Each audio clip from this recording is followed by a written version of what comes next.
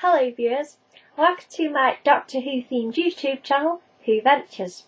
And in this video I am going to review Story 3 in the Key to Time series, The Stones of Blood. This is a season 16 story starring Tom Baker as the Doctor and Mary Tamm as his companion Romana 1. So, obviously the first most amazing thing about this story is it's pink! How awesome is that? How glorious is that? To open the case and it's pink. So that made me squee first of all. Now with this story, I thought it sort of calmed down the pace from the previous story. And with this story, it actually didn't really grab me until the second half, parts 3 and 4. Which is where I became enchanted by the scenes and the interaction between the characters, and it sucked me in from part 3 to 4. But the first half, I thought it was quite slow going to start, and then I didn't like all the hammy stuff, and the guy who's doing the big hammy acting stuff, his voice was actually making me a bit nauseous. So I didn't really like the first part. But it did suck me in, and I actually became quite enchanted by the story. So let's have a look at my notes. Yay! So let's go through each part of the story and what I noticed from the screen. So first up, part 1, we've got a little model TARDIS floating in all the swirly special effect bits, and it looks really cute, but you can tell it's a model, I think. And then they open with the Doctor trying to put the pieces of the Key to Time that they found so far together, and Romana's really good at puzzles, and it's so sweet, and she puts the puzzle pieces together straight away because she's really good at puzzles, so yay. And she looks good in pink, which I think that was what she was wearing in the previous episode. And then we cut to this sort of stone circle with the druid guys, and then they're feeding rocks with bowls and stuff, and then the heartbeat sound came on, which reminded me of the Master's drumming in his ears. And she wears a flat cap, with the Doctor's "Ee-ba-ba-gum." He goes all Yorkshire in the trailer, and Romana's wearing a flat cap. I think it's remembering it from that, but I hope he does become a bit of a Yorkshireman for a bit of the series, because that'd be awesome. But Romana starts off the trend by wearing a flat cap, which looks really cute. And then she's got these gorgeous gold sandals, and yay! And she wears the gold sandals, but they're the wrong type of shoes for the terrain or scale side. And then the Doctor starts going on about the Black Guardian, which I still think is when Willy Fogg on Around the World in 80 Days and that wolf's chasing after him. That's what makes me think of the Black Guardian kind of thing. The K9 sort of got a little cute tartany scarf thing around his neck, which I thought was quite interesting. So they go outside, the Doctor and Romana, and they go to the stone circle, and they come across Amelia Rumford and her assistant Vivian Fay. And there's a cute bit when Vivian said, "I used to be a brown owl," and Romana just took it really literally, and she's like, could tell she's thinking, an actual brown owl, and the Doctor saying, "No, not an actual one." And so I thought that was really sweet, that she took it so literally, and she thought she'd actually been a brown owl. That was really cute. It's and then she's totally massaging her feet, because she's totally worn the wrong shoes. But anyway, I thought it was quite slow going at this point, and I thought Amelia's very mild-mannered about seeing these two, but she's even more mild-mannered later when she asks the Doctor, "Are you from space?" And he goes, That's what I find in classic Who, that they see people from space, and they're very relaxed about it. They're just very calm about it, not really bothered. As New Who, it's this great big thing that the spaceman's landed. But in classic Who, it's just really oh, your face now, so it's like, I didn't really believe that. And then we have the big hammy acting Drudy thing, and then the music is really, really loud and intrusive. You think the music's loud nowadays on classic and New Who, on this story it's like, wow, how loud do they want the music we get? Then it was interesting to see where Mrs. Trebosis came from. So I found Mrs. Trebosis in this story. That's where it comes from, because of all the paintings. And then we have a very beautiful close-up of a crow, which I thought was beautifully shot. That very nicely done. That. And then the doctor's interviewing the guy, the Drudy guy, and it sort of reminds me the doctor's like the patient and the Drudy guy's psychiatrist, just from that slight camera angle where he's sitting in a chair. And then we have the big person in the crow creature costume appears. Scary. And then Romana in the cliffhanger, she ends up literally, it is a literal cliffhanger, hanging off a cliff. Really just clicked on that. But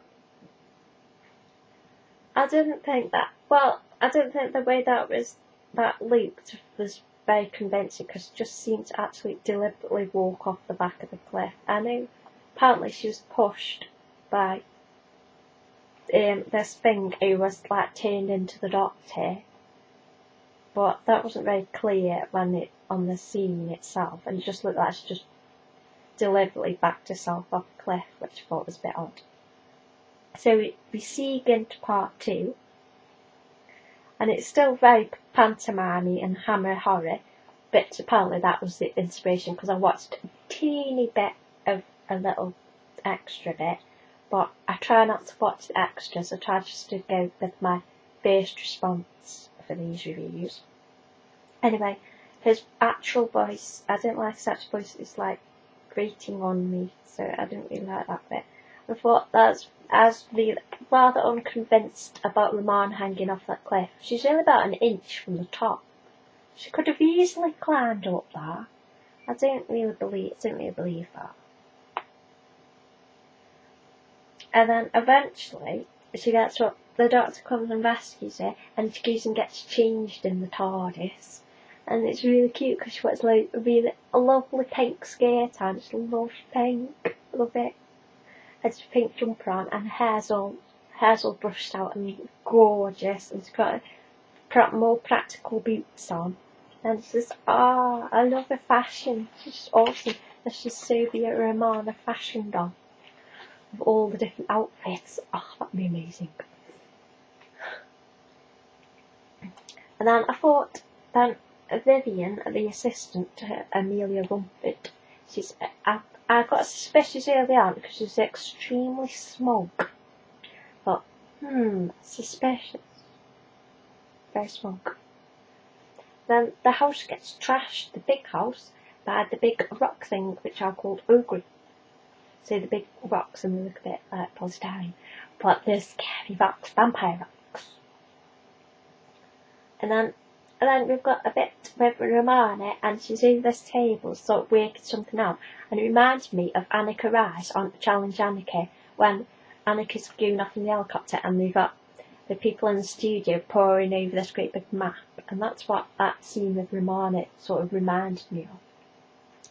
And then K9 sort of breaks down, because they agree getting or something, I think, and it just looks like they're just taking the contents of a shredder out of his belly.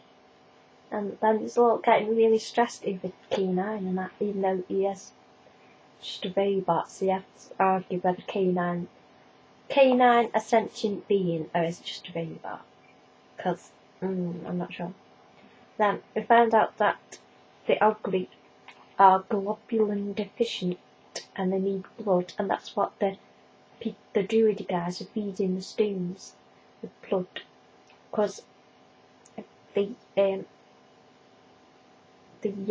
crow person is a Kaliak, and the Druid guys worship the Kaliak because they need to give blood to the stony things. I did take a lot in with this story, obviously. Then it turns out the Caliac, the crew creature, is the assistant surveyor lady, Vivian. And I thought so, because I worked that out, because she was smug. Then you see a shot of the TARDIS, and there's birds, big crows on. This reminds me of the birds. Alfred Hitchcock's The Birds. And then we see the paintings, and we find out that Vivian has been Mrs. Trefusis, and been these other people as well, and she's been around for about 4,000 years. Then Romana gets sacked by the big crow person, who is Vivian, the assistant. And part 3 is where we find out she's the Caliac and that. Then we have the Ogre Stone like shuffling through the doorway somehow. How do the Ogre move? Because they're like big rocks and they haven't got any feet, so they seem to sort of shuffle through the door. Now, I didn't like how the soundtrack was really loud previously in the part, but they have this clever bit where the Doctor is like the Toreador and the Ogre is like the bull, and they actually do the Toreador style music. And then there's got a really bad pun, stone dead, because the Ogres fell off the cliff. Real bad pun that. Well, I think that was a visual pun. I think I added the words to that. I'm not sure. And we've got sort of Hammy acting with the Caliac. And then it says, Count the Stones, which reminded me of Count the Shadows in the Bastien Narada story. So you have the Ogre from Ogros. Now, the Doctor starts putting together this gadgety thing on the tabletop, and it reminds me of the bit in the lodger where the Doctor makes that great big massive gadget in his bedroom. So that reminds me of the lodger.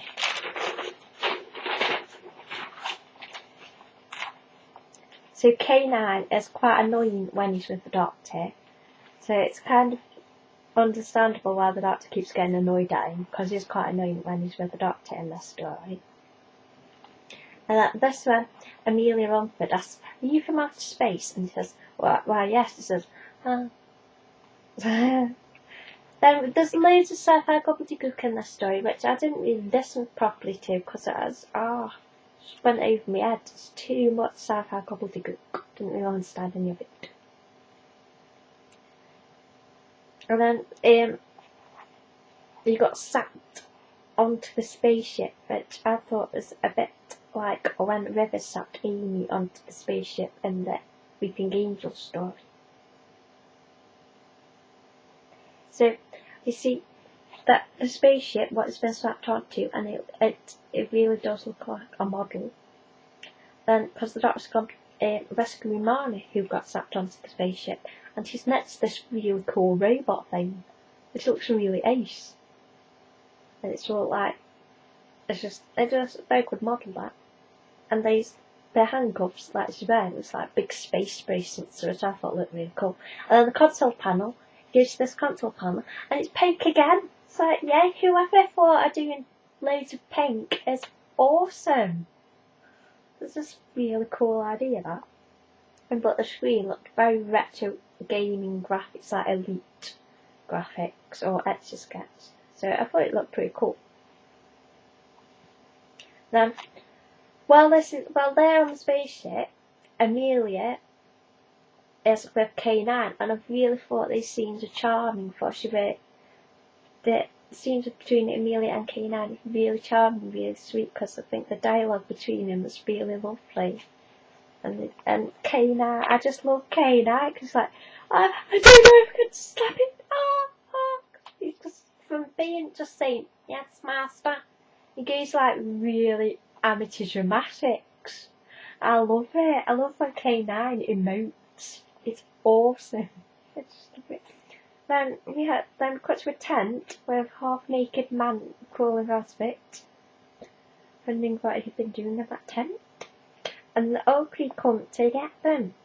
And then we meet the characters who have got the most personality ever in the story. And I love these characters. Because they make me feel like, there's a swirl on my head. And these characters are going to go into my top 10 of Doctor Who characters that sort of really make me feel squishy and really touch my heart and make me feel a lot of love for them. They are called the Megara, and they're just sparkles in the air. Do all these effects, just little sparkles in the air. And there's like two of them, two sets of sparkles, and they've got so much personality, and just like arguing amongst themselves. It's like so sweet. And they're like what the voices reminded me of when Mary Poppins, when the guy's kid kicks off in the bank, and he has to go to that meeting with the old bankers, and then they're all telling him off and that. The voices of the Megara remind me of the old banker guys at the end of the table telling him off. That's what it reminds me of. But I love the Megara. I think they should bring back the Megara, but like because the Megara are justice machines. But I'm sure there's other types of Megara, and they could all be sparklies, and they could all be lovely, and it'd be awesome if you could see the Megara in the new series, because that'd be awesome. Because I love them, because it's like sparkles next to my head. But oh, awesome! I love them. Then on the ship, Vivian she's covered in a silver makeup, which I thought the lighting actually made it look a bit obvious that it was makeup. And then we see she's wearing a sparkling necklace. Thought that's the key to timepiece. So I guess that. Then so does a dramatic straight into camera look as well. So part 4, the Megara are just lovely, and I love it. And there's dramatic close up of K9, which is cool. And then we cut back to Amelia's house, and she's got a lovely sofa. It's got like all beads embroidered on it and everything.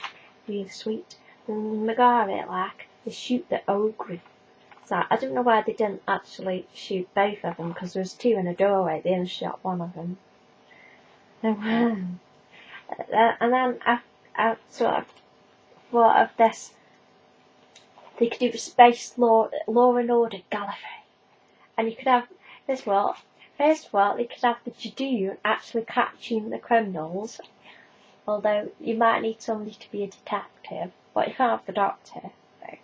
But you could have the Judoon who bring in the criminals, the Megara are the prosecution, and then the Atraxes that take them down. It's like, oh, that would be awesome. That would be absolutely awesome. So, yeah. I thought perhaps the Megara wait for the Atraxi. Yeah.